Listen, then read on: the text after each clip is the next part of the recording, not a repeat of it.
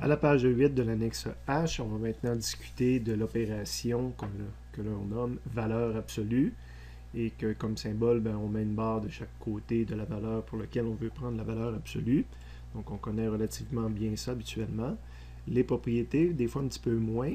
Donc une des premières propriétés, si ma valeur est plus grande que 0, je peux affirmer que la valeur absolue de A est égale à A.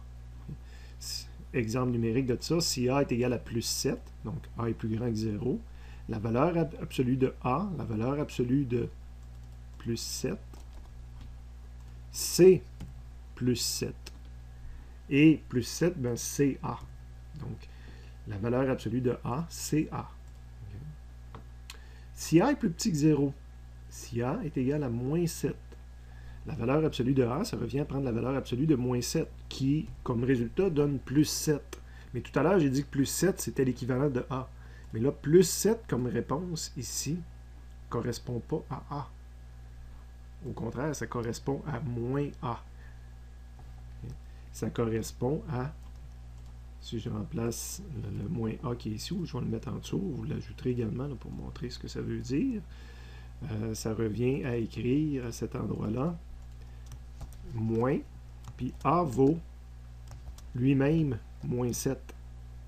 Donc, ça fait moins 7. Donc, on va le mettre en rouge différent pour le montrer. Puis on va ajouter la deuxième parenthèse. Donc, j'avais le moins au début. Le A me dit qu'il valait moins 7. Moins 7, les moins s'annulent, puis ça donne plus 7. Donc, quand on a une valeur plus petite que 0, si on veut faire disparaître la valeur absolue d'une formule de physique, puis la valeur absolue nous est nuisible, pour continuer le problème, je peux enlever la valeur absolue. Mais si je sais que A est plus petit que 0, je suis obligé de remplacer par moins A. Si je sais que A est plus grand que 0, ma valeur absolue, je peux l'enlever et écrire tout simplement A. Si je ne le sais pas, je suis mal pris parce qu'on voit que la valeur absolue se remplace par deux choses différentes. Autre propriété des valeurs absolues. Si j'ai la valeur absolue de A plus B, ici on affirme que ce n'est pas égal à la valeur absolue de A plus la valeur absolue de B. Démonstration à l'aide de chiffres. Donc, on va développer les deux côtés. Si je prends la valeur absolue de A plus B, ça revient à dire, je prends la valeur absolue de moins 7 plus 3. Moins 7 plus 3, ça fait moins 4. Prendre la valeur absolue de moins 4, c'est 4. De l'autre côté, valeur absolue de A, valeur absolue de moins 7, c'est 7. Valeur absolue de B, c'est-à-dire valeur absolue de 3, c'est 3. Si je fais la somme entre les deux termes, c'est 10. Donc, les deux côtés n'arrivent pas au même résultat. Donc, je ne peux pas simplifier mon équation ou simplifier mon opération en appliquant cette propriété-là. D'ailleurs, ce n'est pas une propriété. La valeur absolue d'une multiplication. Là, on met un signe égal. Ça veut dire que je pourrais prendre la valeur absolue juste d'un terme multiplié par l'autre. Une preuve en utilisant les deux mêmes chiffres. De ce côté-ci, A, c'est moins 7, fois B qui vaut 3. On les multiplie avant de prendre la valeur absolue, ça fait moins 21. Je prends ma valeur absolue, ça donne 21. De l'autre côté, je fais mes valeurs absolues en premier. A, valeur absolue, c'est moins 7, ça donne 7. B, valeur absolue sur plus 3, ça donne 3. Je les multiplie, ça donne 21.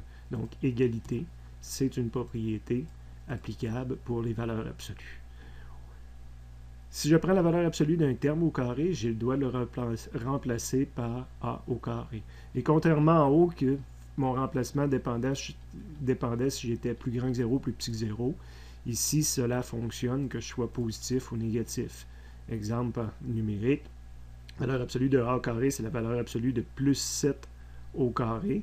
C'est la valeur absolue de 49, puis ça donne 49. Ça donne la même affaire que si j'aurais pris directement A au carré. Si B vaut moins 7, la valeur absolue, c'est je remplace B par son moins 7, puis c'est tout B qui est au carré, donc c'est tout le moins 7 qui est au carré, mais mis au carré, ça va tomber à 49, donc je prends la valeur absolue de 49, ça donne 49, puis ça donne la même chose que si j'aurais pas mis de valeur absolue. Donc, prendre la valeur absolue de quelque chose au carré, c'est étonnant d'avoir à écrire les valeurs absolues d'une équation de physique, mais on peut les enlever. On a une égalité entre ces deux termes-là, donc on peut faire disparaître rapidement une valeur absolue.